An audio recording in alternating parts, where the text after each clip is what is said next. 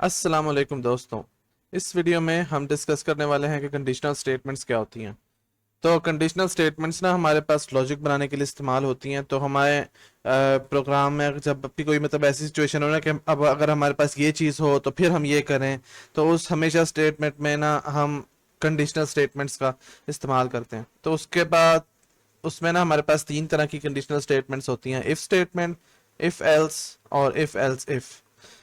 लेकिन इन conditional statements को समझने से पहले पहले मैं मुझे लगता है कि ज़रूरी है कि एक हम डेटा टाइप को डिस्कस करें, बूलियंस को। तो बूलियंस हमारे पास ना एक डेटा टाइप होती है सी लैंग्वेज में जो कि ट्रू और या फॉल्स होती है। तो कंप्यूटर की लैंग्वेज में ना ट्रू जो होता है वो ज़ीरो भी होता है, इसको आप मतलब ऑफ भी कह सकते हो, सॉरी वन भी हो सकता है और इसको आप ऑन भी कह सकते हो। और फॉल्स जो होता है ना वो हमारे पास ज़ीरो होता है और उसको आप ऑफ कह सकते हो। तो कंप्यूटर की टर्म में हमारे पास ये दो बूलियंस की टाइप्स होती हैं, ट्रू या फॉल्स। तो इसको पहले हम डिस्कस करते हैं। अच्छा, तो मैं वापस अपने कोड एडिटर में आया हूँ और मैंने यहाँ पे कंडीशनल्स डॉट सी की फाइल बनाई हुई है। तो मैं यहाँ पे पहले अपना बॉयलर प्लेट कोड लिखता हूँ। अच्छा, तो ये हमारे पास आ गया हमारा बॉयलर प्लेट कोड। अच्छा, अब बूलियंस को यहाँ पे इस्तेमाल करने के लिए ना हमें एक लाइब्रेरी यहाँ पे एक और इंक्लूड करवानी पड़ती है, जिसका है नाम एस टी डी बूल डॉट एच। तो इसमें हमारे पास बूलियंस वाले वैल्यूज होती हैं। तो मैं यहाँ पे एक वेरिएबल डिक्लेयर करता हूँ बूल का नाम से, और इसका नाम देते हैं हम आई दे देते हैं, और इसमें हम रख देते हैं वैल्यू फॉल्स। और यहाँ पे फिर प्रिंट एफ करते हैं हम।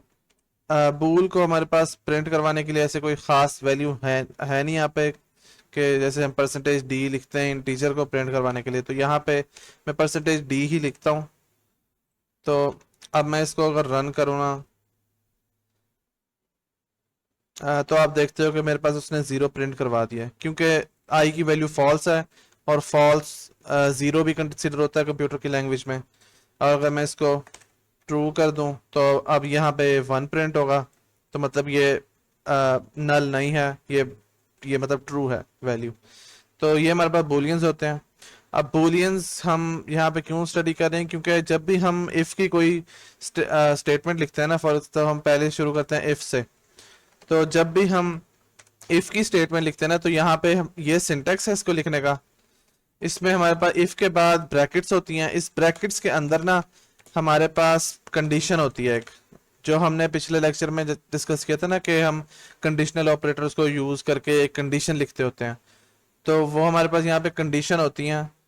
और अगर ये कंडीशन ट्रू होती है ना, मतलब इसका रिजल्ट ट्रू निकलता है, जो कि अभी हम आगे डिटेल से अब इस लेक्चर में डिस्कस करेंगे।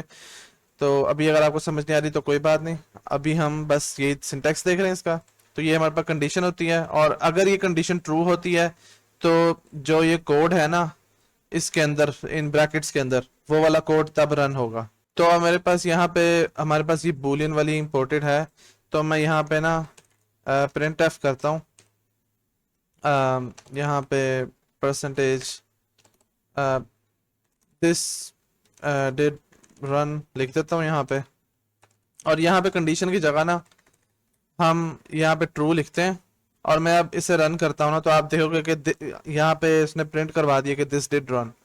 और अगर अगर मैं यहाँ पे इसको फॉल्स कर दूं तो अब आप देखोगे कि ये रन नहीं होगा, क्योंकि हमारे पास ये स्टेट कंडीशन फॉल्स थी। तो इस वजह से ये वाला जो कोड का ब्लॉक था ना, इसको by the way code block कहते हैं, कि जो मतलब एक ये करली ब्रैकेट्स के अंदर लिखते होते हैं ना, जो इसको कोड ब्लॉक कहते होते हैं। तो ये इफ का कोड ब्लॉक है, और ये इसलिए रन नहीं हुआ क्योंकि इसकी कंडीशन फॉल्स थी यहाँ पे। अच्छा, तो अब ये हो गया हमारे पास इफ। अब हम देख लेते हैं कि इफ एल्स क्या करता होता है। इफ एल्स अगर आपको मतलब नाम से समझ नहीं आ रहा तो ये बड़ा सिंपल है। एल्स वाले में भी हम एक यहाँ पे एक प्रिंटफ डाल देते हैं, this the condition was false. यहाँ पे प्रिंट करवा देते हैं उसको। तो अब मैं इसको अगर रन करूंगा ना, तो आप देख सकते हो कि वो उसने प्रिंट करवा दिया कि द कंडीशन वाज फॉल्स, क्योंकि अब यहाँ पे इफ में ये कंडीशन फॉल्स थी ना, तो वो ये वाला तो फंक्शन कोड ब्लॉक रन नहीं कर सकता था, क्योंकि ये वाला फॉल्स थी कंडीशन। तो फॉल्स के बाद ना फिर उसने एल्स वाला कर दिया कि, तो अब उसने ये वाला मतलब ब्लॉक रन कर दिया। तो इसका बेसिकली मतलब यही होता है कि ये करो अगर ये चीज है, अगर ये नहीं है तो फिर ये करो। ये इसका बेसिकली सिंपल सी ना इसकी एक्सप्लेनेशन ये होगी। अब मैं अगर इसको यहाँ पे ट्रू कर दूं, तो आप देखोगे कि ये पहले वाला हिस्सा रन हुआ है लेकिन बाद वाला नहीं हुआ, क्योंकि पहले वाला रन हो गया तो एल्स वाले को रन करने की कोई जरूरत नहीं। अच्छा, तो अब हमारे पास आखिरी हम देखते हैं कि इफ एल्स इफ क्या होता है। तो इफ एल्स इफ ना बहुत सारी इफ कमांड्स को ना चेन करने का तरीका होता है बेसिकली। फॉल्स इफ ट्रू कर देते हैं इसको यहाँ पे, और यहाँ पे इसको फॉल्स कर देते हैं। तो अब मैं अगर इसको रन करूंगा ना, तो अब सेकंड वाला पार्ट रन होगा कि ये पहली वाली फॉल्स थी, तो उसने कहा दूसरी कंडीशन चेक करो कि अगर ये वाली कंडीशन सही है या नहीं। अगर ये सही है तो फिर ये वाला हिस्सा रन हो जाएगा, और इसके बाद हम चेन कर सकते हैं, एक और एल्स इफ भी लगा सकते हैं, इसके एक और कंडीशन लगा लो। यहाँ पे मैं बस एक और एल्स लगा देता हूँ खाली, कि यहाँ पे बस मतलब अगर सारी ये चेक हो जाए ना कंडीशन जितनी भी ऊपर लगाई हुई है हमने, और अगर सारी गलत की गलत निकल रही हैं, तो फिर एंड पे ये वाली चीज कर देंगे हम। तो यहाँ पे मैं प्रिंट कर देता हूँ कि ऑल कंडीशंस वर फॉल्स। तो और अब मैं अगर इसे रन करूंगा ना, तो आप देखोगे कि द कंडीशन वाज फॉल्स, ये वाला हिस्सा चला है, क्योंकि हमारे पास ये ट्रू है। इसको अगर मैं फॉल्स कर दूं यहाँ पे, तो अब मैं अगर इसको रन करूं all conditions were false return हुआ है। तो उसने पहले चेक किया ये वाली कंडीशन को, ये वाले इफ स्टेटमेंट को, कि यहाँ पे ये कंडीशन सही है कि नहीं। ये कंडीशन फॉल्स थी तो उसने ये रन नहीं किया। फिर उसके बाद उसने आगे एल्स इफ वाली चेक की, ये भी नहीं चला। उसके बाद उसने आके कहा कि सारे ही नहीं चले भाई, तो ये एंड पे जो ये बचा ना, ये चला देते हैं। अब उम्मीद है ये चीज आपको समझ आ गई होगी। आप शायद सोच रहे हो कि ये इफ और एल्स इफ में फर्क क्या है। इफ और एल्स इफ में ना खाली लिखने से फर्क ये होता है कि अगर इनमें से एक भी चल गई ना सही से, तो इसके अलावा कोई भी नहीं चलेगी। अगर मैं एल्स इफ लिखने की बजाय बार बार मैं अगर बहुत सारे मतलब इफ लगाता रहूं ना, तो इससे ना ये होता है कि कोई भी इनमें से सही होगा ना, तो इसका मतलब ये नहीं होगा कि आगे वाला नहीं चलेगा। अगर एल्स इफ करेंगे ना, तो हम तो बाकी आगे वाले नहीं चलेंगे। तो अगर मैं इस वापस इसी में जाऊं, तो अगर हमारे पास ये वाला ट्रू हो गया ना यहाँ पे, और ये बाद वाला भी हमारे पास अगर ट्रू हुआ, तो हमारे पास सबसे पहले वाला जो होगा ना वो चल जाएगा, और बाकी वाले जितने भी होंगे ना इसके बाद वो नहीं चलेंगे। अब मैं अगर खाली इफ इस्तेमाल कर रहा हूँ ना, तो अब ये भी ट्रू है, ये भी ट्रू है, तो मेरे पास पहले वाला भी चलेगा दिस डिड रन, और उसके बाद दूसरे वाला भी चलेगा। क्योंकि इसका मतलब ये नहीं है कि बाद वाले नहीं चलेंगे, वो एल्स इफ उसके लिए लगाना पड़ेगा। एल्स इफ इन पिछले इफ के साथ ना जोड़ देता है उसको, और एल्स तो लग ही मतलब इफ के साथ रखता है, इफ के साथ या एल्स इफ के साथ लग सकता है। तो इसके बाद में टेंशन लेने की जरूरत ही नहीं है। अच्छा, तो अब हम इस चीज को देखते हैं कि ये जो हमारे पास ऑपरेटर्स है ना, कि ये इस तरह मतलब काम करते हैं यहाँ पे। तो अब ये मैंने यहाँ पे प्रिंट एफ लिखा है, एक %d\n लिखा है, और इसमें ट्रू एंड ट्रू लिखा है। इसको मैं डुप्लीकेट करता हूँ यहाँ पे, और यहाँ पे यहाँ पे एक्चुअली ट्रू ही आएगा, यहाँ पे फॉल्स, और उप्स यहाँ पे भी फॉल्स आएगा, और इधर हम कर देते हैं फॉल्स, और इधर भी कर देते हैं फॉल्स। तो अब देखते हैं इसका हमारे पास रिजल्ट क्या आता है कि 1001। तो ये भी जैसे हमारे पास यहाँ पे था कि ट्रू फॉल्स फॉल्स ट्रू, और इस तरह अगर हम ये ऑपरेटर्स भी लगाए ना, तो इनका भी हमें यही रिजल्ट मिलेगा। तो मैं इसको यहाँ पे रिप्लेस करता हूँ। उप्स, ये डबल पाइप ऑपरेटर डालना है। ये आपके ये ऑपरेटर ना आपके एंटर के ऊपर वाली की है होगी आमतौर पे कीबोर्ड्स पे, और इसको शिफ्ट दबा के आपको वाली की दबानी पड़ेगी। तो इसको अब रन करते हैं, तो आप देखते हो कि 1110 होता है। और सिर्फ इसको देखते हैं अब कि ये नॉट ऑपरेटर को कैसे काम करता होता है। इसको हम कर देते हैं नॉट, यहाँ पे नॉट फॉल्स कर देते हैं।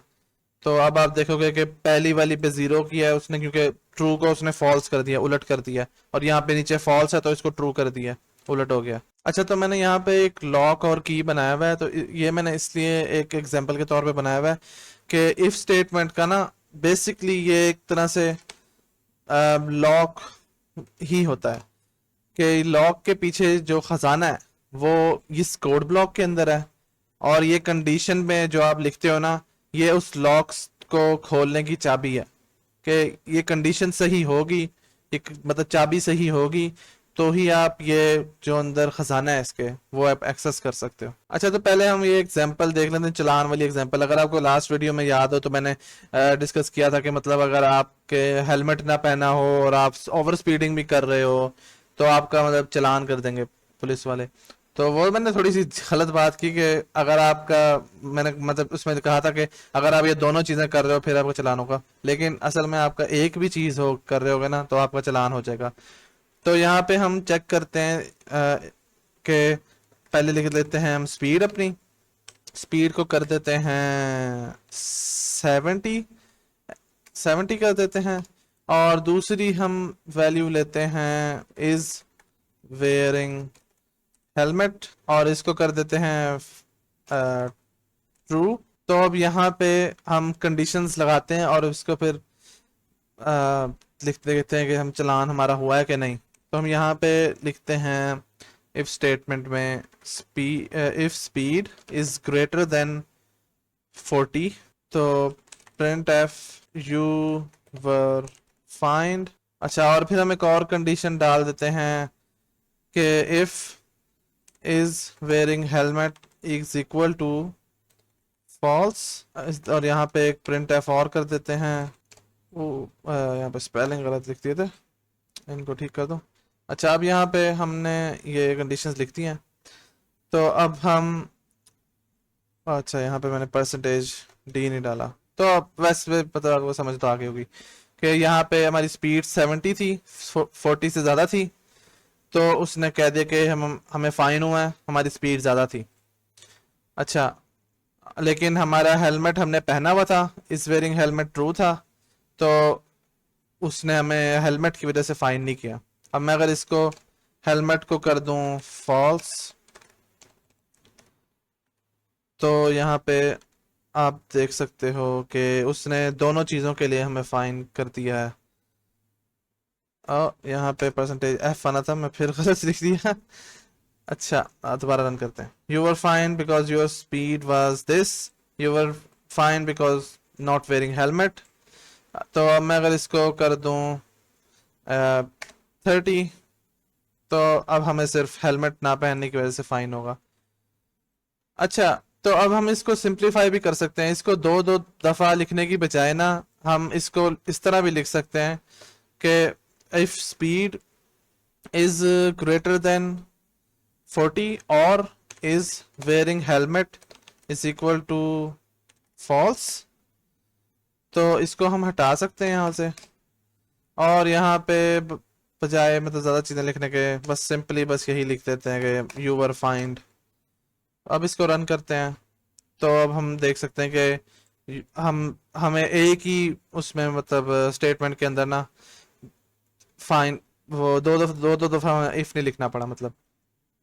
तो अब मैं अगर इसको ट्रू कर दूं, अब हम सही चला रहे हैं, बिल्कुल लीगल तरीके से ड्राइविंग कर रहे हैं, हमारी स्पीड भी 40 से कम है, हमने हेलमेट भी पहना हुआ है। तो अब आप देख सकते हो कि उसने मुझे कोई एरर दे दिया है। अच्छा, पता नहीं एरर क्यों आया था। ये कभी कभार ये बड़ी अजीब तरीके से ये कंपाइलर मेरे साथ करता है हरकतें। मेरा ख्याल में फाइल सेव करने का पता नहीं इशू होता है। तो अब मैंने मतलब रन की ना फाइल दोबारा, तो मेरे पास कोई एरर नहीं आया और उसने मतलब कोई हमें फाइन नहीं किया, क्योंकि हम 40 से हमारी स्पीड भी कम थी और हमने हेलमेट भी पहना हुआ था। अच्छा, तो इससे अगली चीज़ हम देखते हैं कि वोटिंग एज।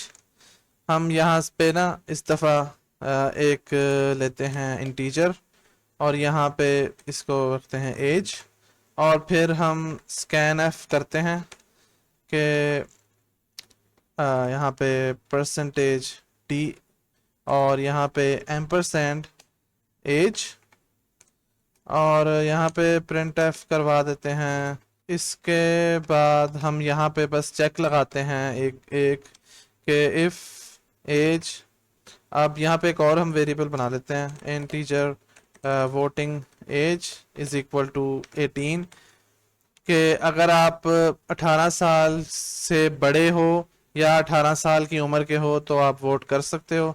अगर आपकी यहाँ पे एज जो यूज़र ने एंटर की है वो अगर बड़ी है या इक्वल टू है वोटिंग एज के, तो फिर हम यहाँ पे प्रिंट एफ करवा देते हैं यस यू कैन वोट और एल्स में हम लगा देते हैं। तो हम इसको रन करते हैं। पहले हम डालते हैं 16 एज, तो वो हमें बता रहा है कि हम नहीं वोट कर सकते।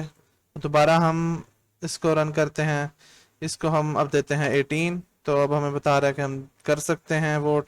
अगर मैं 20 भी डालूं तो अभी ये मुझे बताएगा कि हाँ हम वोट कर सकते हैं। तो ये हमारे पास एक छोटी सी एग्जांपल थी कि हम यूज़र से इनपुट लेके भी उनसे किस तरह हम कंडीशंस लगा सकते हैं।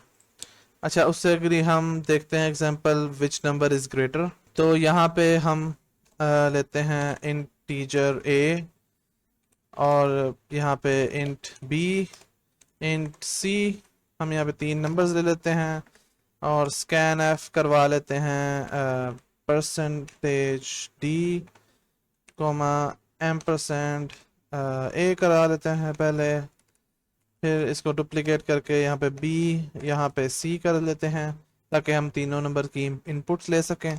और फिर हम बस कंडीशंस लगा सकते हैं if A is greater than B and A is greater than C, यहाँ पे परसेंटेज डी इज़ ग्रेटर और यहाँ पे ए लिख देते हैं हम, यहाँ पे लिखते हैं फिर else if B is greater than A and B is greater than C, और यहाँ पे बी लिख देते हैं। अब फिर एक और एल्स इफ लगाते हैं यहाँ पे if B is greater than sorry इस सी आना, यहाँ पे C is greater than A and C is greater than B.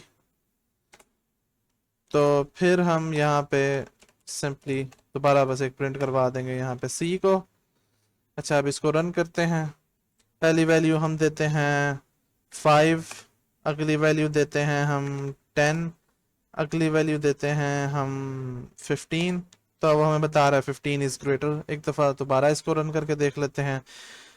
पहले हम देते हैं 15, फिर 5, फिर 10 देते हैं, तो हमें बता रहा है दोबारा से कि 15 ग्रेटर है। तो और मतलब इस दफ़ा हमें इसने हमें बताया कि ए की वैल्यू ग्रेटर थी और पिछली दफ़ा हमारे पास सी की वैल्यू ग्रेटर थी। अच्छा, तो ये हमारे पास ये प्रोग्राम हो गया। इसके बाद हम आखिरी चेक करते हैं कि इवन नंबर का, तो ये भी काफ़ी सिंपल है। यहाँ पे इन स्कैन एफ्स को मैं रख लेता हूँ और यहाँ पे एक नंबर को मैं इनपुट ले लेता हूँ। तो इन इवन नंबर चेक करने के लिए हम मॉड्यूलस का ऑपरेटर यूज़ करेंगे। तो ए मॉड्यूलस 2 इज़ इक्वल टू 0। अगर ये ट्रू है तो print number is even, else print F number is odd. इसका बेसिकली मतलब ये होता है कि अगर इसका रिमाइंडर 0 आ गया, ए को डिवाइड करने के बाद उसका रिमाइंडर अगर 0 आ गया तो वो नंबर इवन होगा, नहीं तो वो नंबर ऑड होगा। अच्छा, तो अब इसको हम डालते हैं यहाँ पे 10, तो ये हमें बता रहा है 10 इवन है। दोबारा यहाँ पे अब 3 डालते हैं तो 3 हमें बता रहा है ऑड है। तो ये काम इस तरह करते हैं कि अगर हम फॉर एग्जांपल यहाँ पे डिवीजन करें और यहाँ पे 10 को डिवाइड करें 2 के साथ, तो 2 5 जार 10 होता है और 10 जब डिवाइड इसमें से माइनस होगा तो एंड पे 0 बचेगा। तो ये एंड पे ये हमारे पास रिमाइंडर होता है। मॉड्यूलस ऑपरेटर हमारे पास ये जीरो एंड वाला हमें रिटर्न करता है, और अगर ये जीरो होगा तो मतलब नंबर इवन और इवन है, अगर ये जीरो नहीं होगा या जीरो के अलावा कोई भी वैल्यू होगी तो वो नंबर ऑड होगा। ठीक हो गया। उम्मीद है आपको ये इफ स्टेटमेंट्स की समझ आई होगी। अगर आपको समझ नहीं आई तो कमेंट्स में बताएं कि आपको क्या चीज़ समझ नहीं आती। वीडियो को दोबारा देख के कोशिश कर लें थोड़ा। अगर आपको लग रहा है कि मेरी स्पीड थोड़ी तेज़ है तो वीडियो को स्लो करके देख लें, या अगर आपको लग रहा है मैं स्लो बोल रहा हूँ तो वीडियो को तेज़ करके देख लें। अच्छा, तो अब हम देखते हैं कि इस वीडियो का टेस्ट क्या होगा। ये आपने जो खुद परफॉर्म करना है, उसमें सबसे पहले हमारे पास कंडीशन होगी चेक करने के लिए, if a character is vowel और नॉट। तो वोवल वाले कैरेक्टर्स क्या होते हैं, ये बड़ी फंडामेंटल प्रॉब्लम है, और ये मतलब आपको कंडीशंस को ना बड़ा अच्छी तरह से समझाएगी। तो इसमें आपने करना क्या है, इसमें आपने अपने पास एक वेरिएबल रखना है कैरेक्टर टाइप का, और उसके अंदर फॉर एग्जांपल आपने रख लिया ए की वैल्यू ए रख लिया आपने उसके अंदर। तो ए क्या होता है, एक वोवल होता है। वोवल क्या होते हैं, वोवल होते हैं ए ई आई ओ यू। तो ये हमारे पास वोवल्स होते हैं। तो आपने बस चेक करना है कि आपके जो ये वेरिएबल के अंदर जो वैल्यू है क्या वो एक वोवल है या नहीं।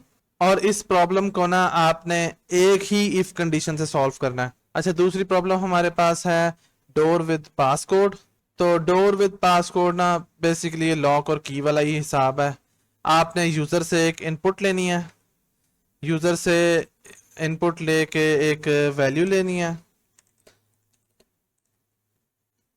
यूजर से, और फिर आपने ना एक मतलब अपने पास ही एक वेरिएबल में एक पासवर्ड रखना है जो आपकी इफ कंडीशन को अनलॉक करेगा। और आपने बस चेक करना है कि जो यूजर ने इनपुट किया है क्या वो input is equal to password है या नहीं है। अगर है तो बस आपने बस प्रिंट करवा देना है कि ग्रेट वर्क और समथिंग। ठीक हो गया। ये हमारे पास दूसरी वाली प्रॉब्लम है कि डोर विद पास कोड।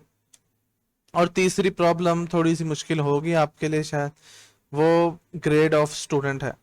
इसमें आपने ना रेंज का इस्तेमाल करना है कि आपने ना एक रेंज बनानी होगी कि आपका अगर स्टूडेंट का जो स्कोर है वो आपने एक यूज़र से इनपुट लेनी है कि वो यूज़र ना स्कोर एंटर करे, इंटीजर वैल्यू होगी है। तो अगर वो स्कोर उस स्कोर की जो वैल्यू है वो 90 या 90 से ऊपर है तो वो स्कोर ए प्लस होगा। अगर वो 80 या 80 से ऊपर और 89 से कम है तो वो ग्रेड ए होगा। अगर वो उसका जो स्कोर है वो 70 से ऊपर, 70 या 70 से ऊपर और 79 या 79 से कम है तो फिर उसका ग्रेड बी होगा। और ये इसी तरह सी और डी और ई है। तो ये आपने टेस्ट करना है, इसका खुद प्रैक्टिस करनी है। अब मैं इसका सोल्यूशन भी अपलोड कर दूंगा इस वीडियो के बाद। अगर आपको पूरी कोशिश करने के बाद भी मतलब समझ ना आए बिल्कुल भी कि वो उसका इसका सोल्यूशन क्या होगा इनमें से किसी एक प्रॉब्लम का भी, तो फिर आप वो सोल्यूशन को देखना। उम्मीद है आपको ये वीडियो समझ आई होगी। अगर आपको अच्छी लगी वीडियो तो सब्सक्राइब कर दें चैनल को। देखने के लिए शुक्रिया। अल्लाह हाफिज़।